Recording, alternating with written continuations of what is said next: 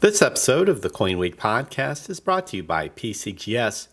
As the year wraps up, be sure to take advantage of the PCGS quarterly grading special, where you get free secure service when you select the TrueView option with your orders.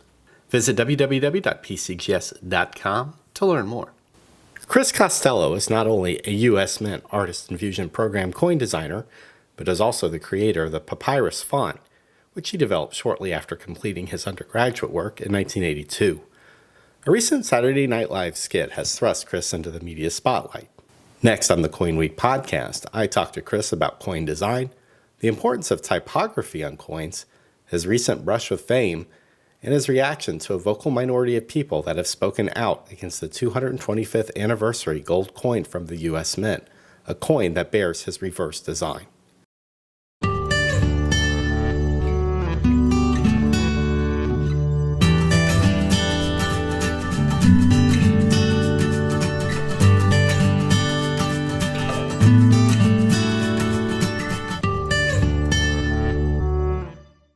Hi, Chris. Thanks for joining me on the CoinWeek podcast. Thanks, Charles. Great to be here. So I guess you never expected the whirlwind of media attention that resulted from Ryan Gosling hunting down the graphic designer who used the font you designed, Papyrus, for the marketing materials and the title screen of the hit movie Avatar. But Saturday Night Live, it seems, has thrust you into the spotlight. Yeah, I know. It was a lot of fun, though. I had no idea. I essentially woke up to it. My phone was lit up.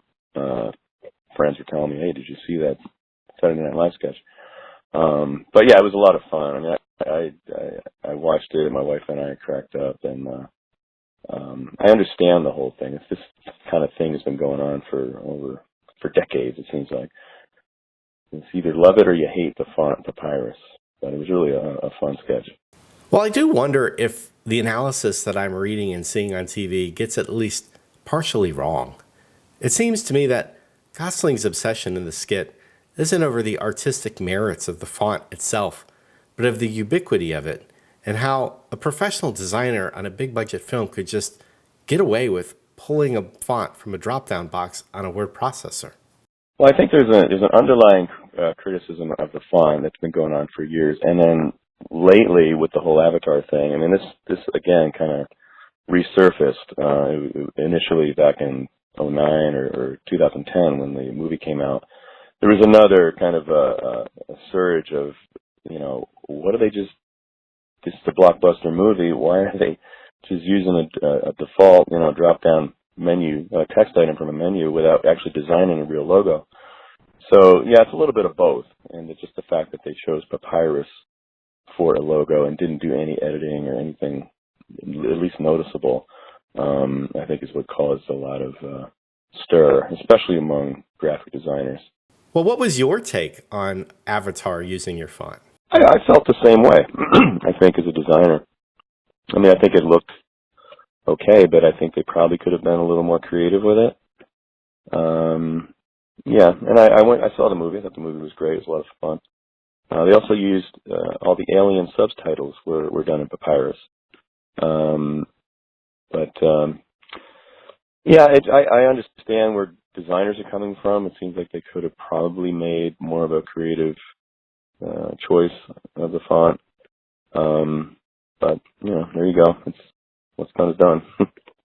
One of the things, that beyond this issue I wanted to talk to you about was the use of fonts on coins. When it comes to coin design, and that typography is underappreciated. Yet, I think it's absolutely vital to the craft. For U.S. coins, we are now marrying hand-drawn art and sometimes computer-drawn art with computer-generated text. And I think that it greatly reduces the impact of the sculpt. Hand-drawn fonts recall a human interaction with the language, with engraving tools, and are a fundamental part of the artwork. They are definitionally imperfect, whereas computer-generated text becomes uniform across multiple coin designs. And to me, that makes its non-humanness even more apparent. Are you with me on this? Yeah, I mean, actually, I do. I agree. I feel like as a designer for the U.S. Mint, we do have the opportunity to hand draw the lettering. But it's almost like a lost art, a lost skill. I mean, a lot of today's illustrators and designers don't really have the hand lettering background. When you look at some of the sculpts that were done by the masters from the mid 20th century, early 20th century, St. Gaudens and Fraser,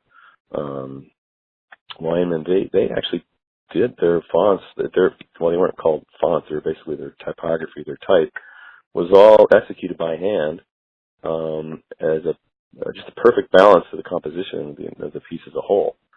I went up to the St. Gaudens Memorial site up in New Hampshire, and I was just amazed. I loved the examples of some of his typography work up there, and some of his sculptures were just phenomenal. He executes type excellently. Just so well done, well drawn figures. A lot of thought put into it.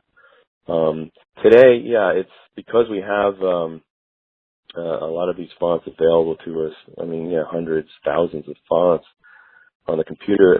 I don't think. I mean, there could be more attention paid to typography from the coin designer perspective.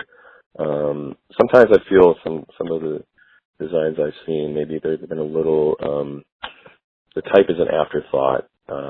It's not some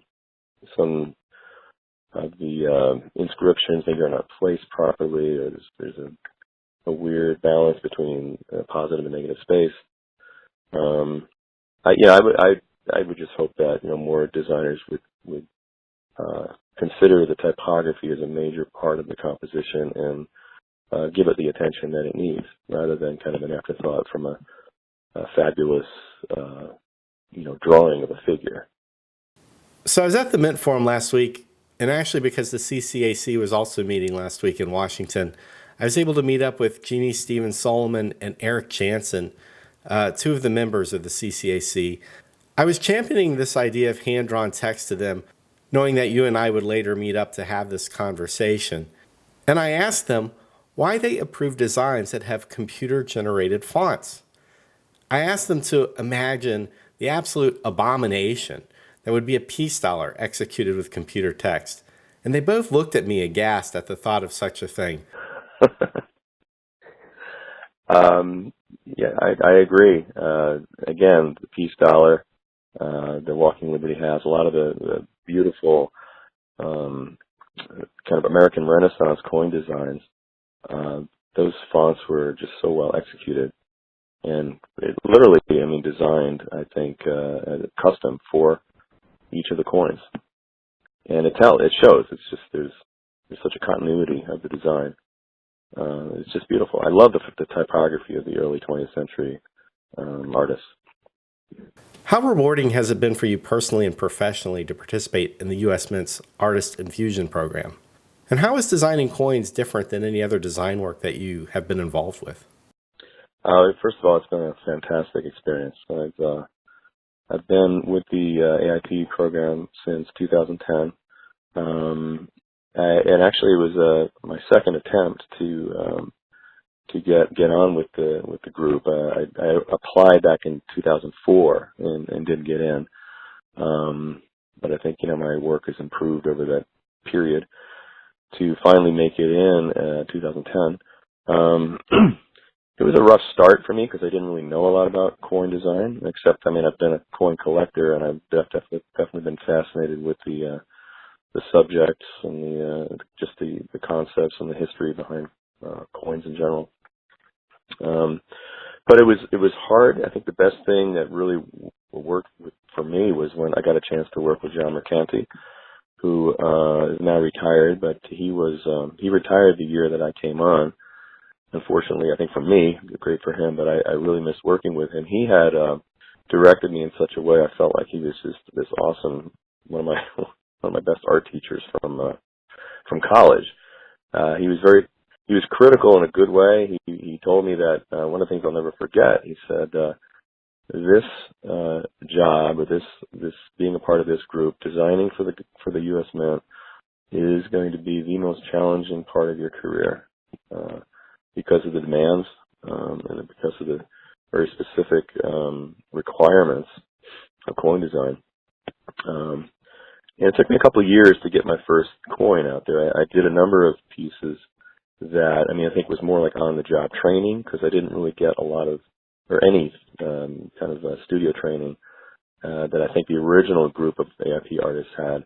So it was more on the job. But I think by 2013, my first coin design that was accepted was the Girl Scout silver dollar, the commemorative silver dollar, which I was excited about. But it was very kind of futuristic and kind of modern looking, and the CCAC really loved the approach. But it was more of an enhancement of an existing design. It was the trifoil Girl Scout logo, which I wanted to try to really make it different, not just a logo on the back of a coin. So, but later that year, I also got a first spouse design selected. Then 2014, I got a America the Beautiful quarter selected, and I think I began to kind of crack the code, sort of. I think trying to figure out what worked and what didn't. It's great working with Don Everhard, Joe Mena, as they were kind of directing me through some of the challenges and the edits. So it's been amazing, and I think I've done a number of different coins each year since then. I really love it as an artist. I can't imagine anything better than to have your artwork immortalized on a gold or silver piece for history, for the future and beyond. So it's been awesome. I think one of your finest designs, if I may, was the recently released eagle that serves as the reverse of the 225th anniversary gold coin that came out this year. I think it's an aggressive design, and it's definitely a different look for our national bird. So very well done. Yeah, that I kind of another like little dream of mine was I always wanted to design an eagle for a United States coin. It just seemed like a classic, iconic American thing for our currency. And with this opportunity, and again, I designed other eagles in the past. They weren't as successful. But this one, I wanted to try something totally different. A lot of the eagle designs historically on U.S. coins were fairly stoic and fairly two-dimensional. They began to expand a little bit more life kind of came in at the early 20th century. With the perched eagles and the flying eagles. But I looking through the past designs, I've never seen an eagle with its wings down, and there was so much power in that. I saw my research over just looking at images of eagles in flight. There's something about the wings down that I wanted to try to work on and try to develop. Because first of all, it hadn't been done before. It was something new. And I think there's just a beauty in it. Again, the feathers of an eagle, the bird of prey, just the idea of it going in for like an attack or it's powerful. It just kind of shows a lot of motion. And I think it was an exciting exploration. I figured I just wanted to do something different and see where it goes. And it turned out that it was well received, and I was very happy that it got selected. One of the things I like about it is its simplicity and purity. Obviously, the detail on the bird goes from tiny representations of feathers to these giant, majestic feathers at the wingtips. But looking beyond the intricate detail you put on the design, when compared to other coins that we've seen recently, your design strips away all unnecessary detail and allows the motif to stand out without the clutter of environment or background. And this runs counter to many things that we are seeing in coins these days, either due to congressional specificity on coinage acts or the nature of the coins themselves, like the America the Beautiful quarters, for instance, which ask artists to portray wide, expansive national parks on a tiny canvas of a quarter. So much of the impact, I think, of sculpture gets lost when artists try to or ask to do too much. And your design for the 225th gold coin doesn't have to go there. The design just captures the imagination and stirs emotion because of its simplicity.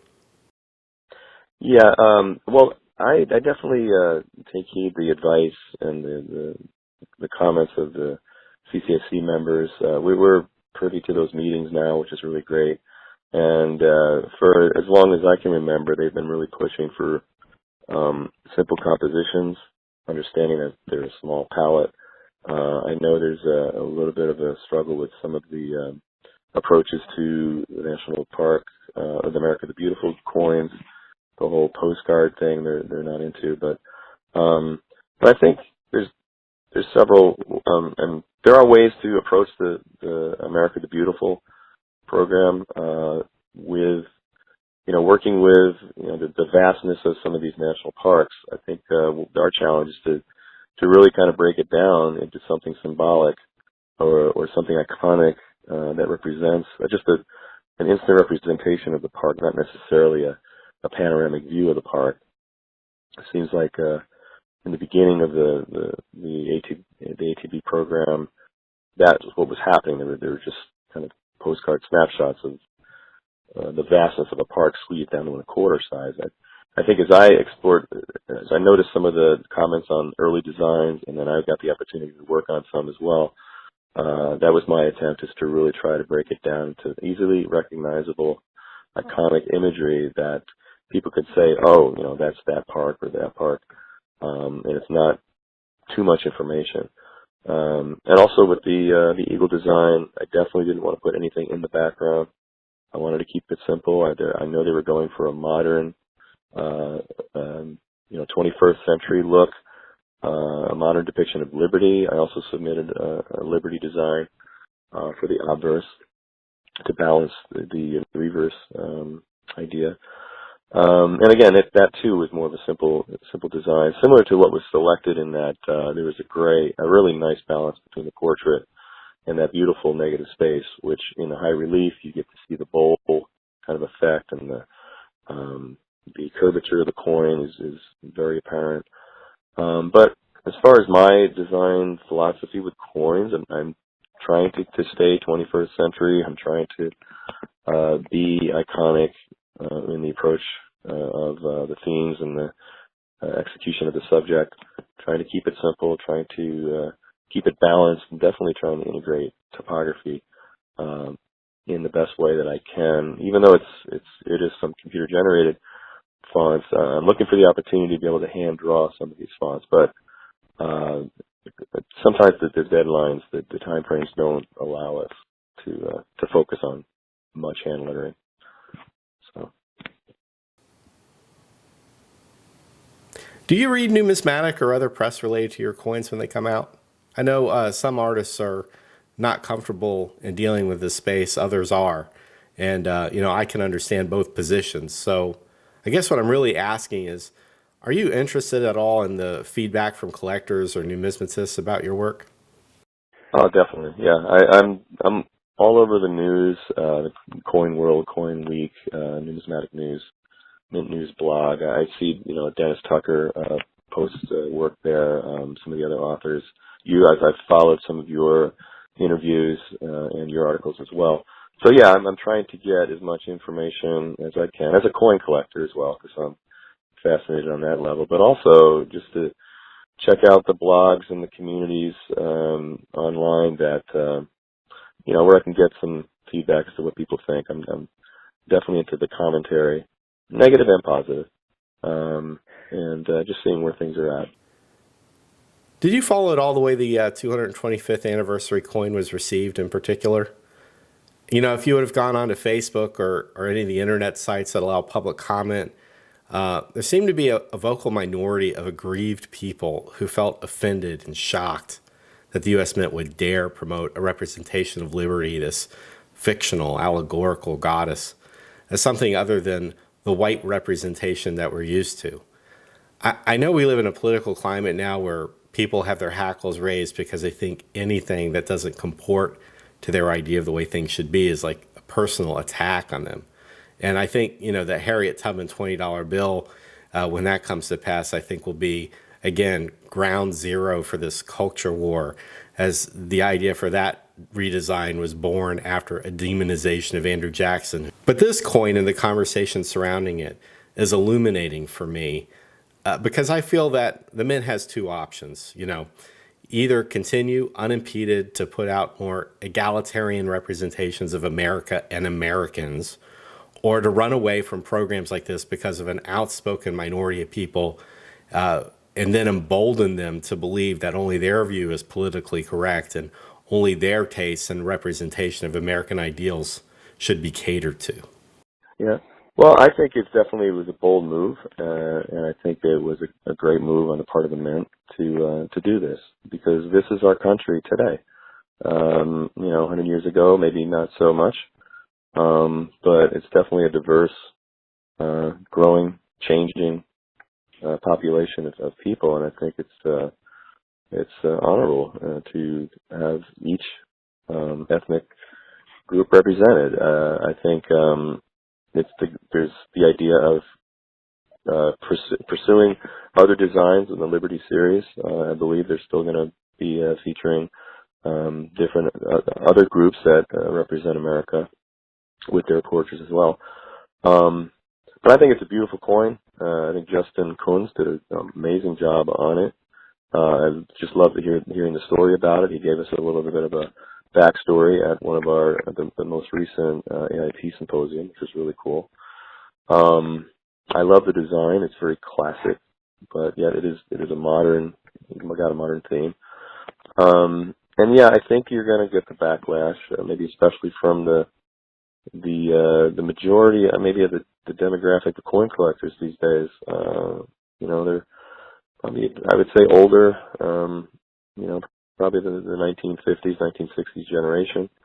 It's probably a little bit of that culture still there, still in the minds. And I think maybe there are a lot of coin collectors probably, I think look too much to the past. I mean, for some of these, the Morgan designs, the Barber designs. I mean, as a collector, I love them, and I have a collection of those pieces. But it might be difficult for people to just kind of understand that we're not in the year 1895 anymore. I mean, it's almost 2020. There's room for some progressive designs. Even more so, even today, I think we can go even further and progressive themes as well. So I think the Mint's doing a great job, and it's a great idea to be able to pursue some different things and break away from the tradition, So, and I think probably the old timers might have a little bit of a hard time with that. I agree totally, and I would say to that collector who can't come to terms with the fact that some coins get struck by the U.S. Mint that you don't like or really don't care for the design, the simple answer really is to move on. Collect the things you like. Don't collect the things you don't like. There's nothing wrong with that approach. As far as coin design goes, what is your personal process for taking on a project? What is the time frame that's involved from getting the specifications of a coin from the Mint to doing your own research, sketching out ideas, all the way to actually finishing the piece? There's each program, each coin program has its own specific challenges.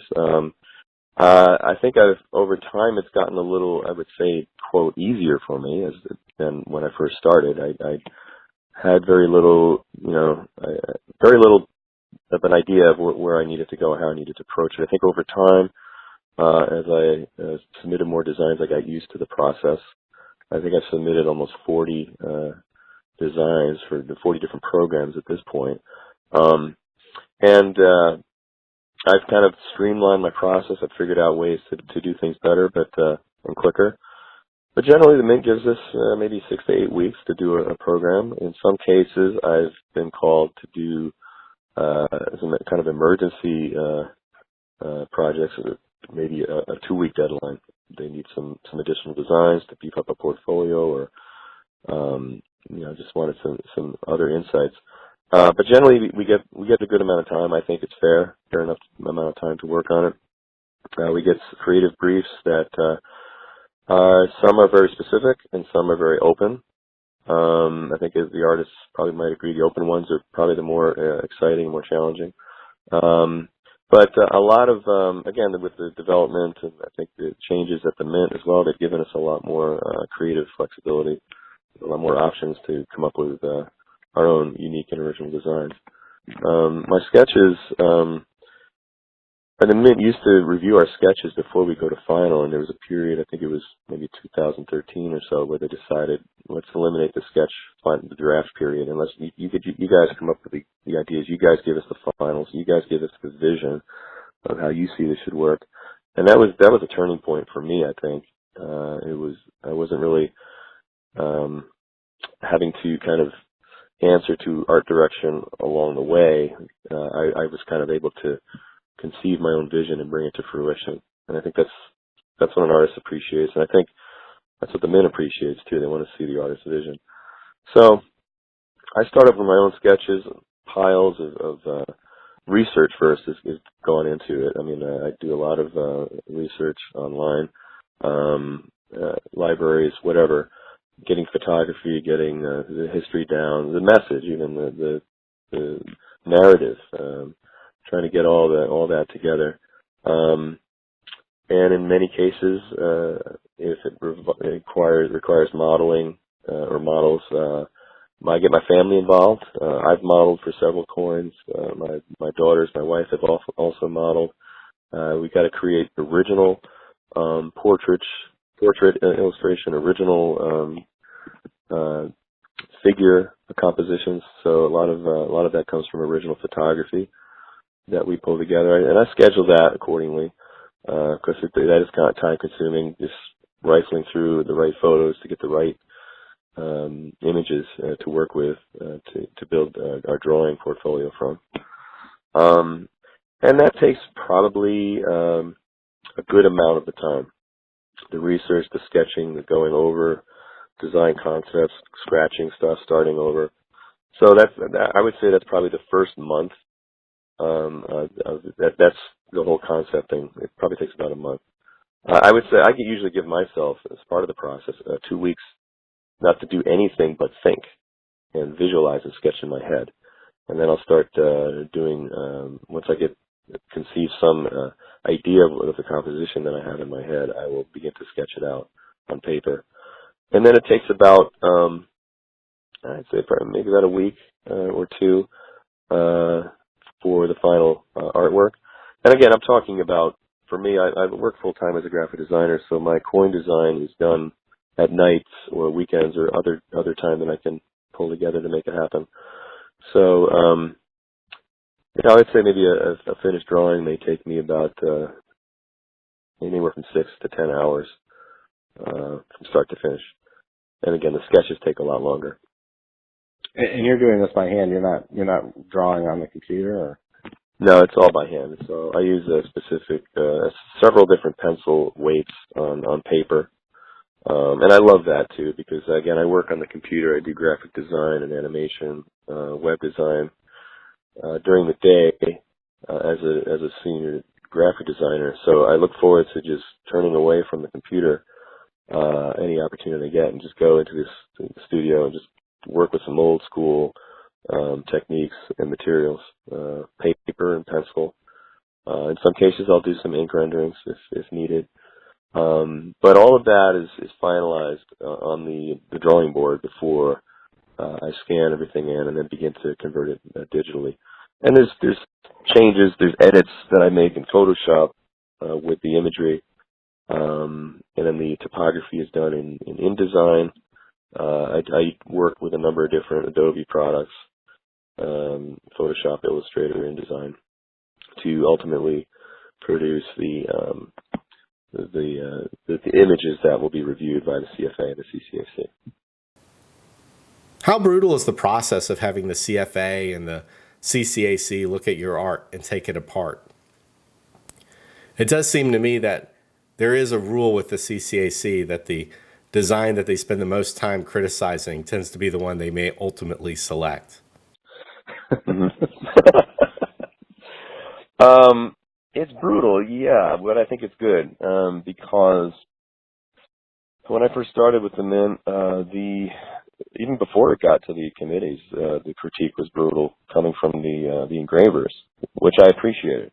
Because they wanted excellent work, they wanted the best work, and they weren't accepting anything less than that. And again, this is John Mercanti taking the lead with me. I saved all of his emails and all of his critiques because, I really appreciated his input. His hard critique of my work ultimately got me to the place where one of his emails said, "Looks great, perfect, awesome." I finally pleased the man. Now a lot of that process, still it happened under Don Everhart as well after John left, but it wasn't so much. I think Don. I think by the time, well, at least with my experience, by the time Don started reviewing my work, I got a little bit of a handle on what was expected, and he was pretty much happy with my work. It just provided more suggestions from his part, not necessarily just changes I needed to make. But I respected his insights as an experienced engraver with him, and a lot of his suggestions I would tend to go with. As far as the committee critique, it was hard at first because it was so brutal. Some of the first go-arounds of my design submissions were like, wow, this is a tough crowd here. But, I'm kind of used to the critique just in my own business as a designer. I get that with clients all the time. I try to, give them what they need. And I think I've been able to read what people are looking for as far as designs. I've been doing this for over 30 years. So I think I'm getting a handle of it, and I've just in the last couple of years gotten a handle onto what I think the U.S. Mint and the coin committees are looking for with coin designs. I've also got the critique thing when I was in college. I'm used to it. To be a great artist, I feel like any great artist has mentors, has people that are really, challenging them to bring it up to the next level, to really take it higher. And that's why I respect all of the artists that work at the Mint that weigh in on the critiquing, and the committees, especially the artists on the CCAC, that bring their artistic insight into it, not so much from a collector's point of view, but from a medallic artist's point of view, like Heidi Wasweed. I appreciate her comments, a lot of which are they're tough.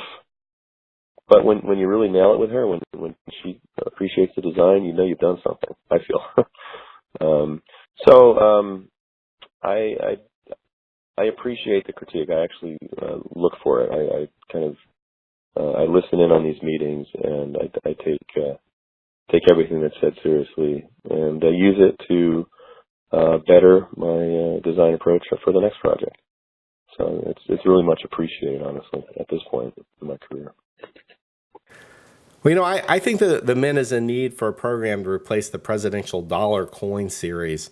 And one of the bills that's being considered in Congress will authorize the Mint to create a multi-year dollar program honoring American inventions. So, if that comes to pass, I hope we can finally get the Floby and Roomba dollar coins we deserve. And if so, I look forward to seeing the different candidate designs that you and your colleagues will make for these momentous American innovations. That would be a lot of fun, yeah. All right, Chris, thanks for joining me on the CoinWeek podcast. Oh, wonderful. I was very happy to have this talk with you. I appreciate it. Thanks very much. Great. Take care.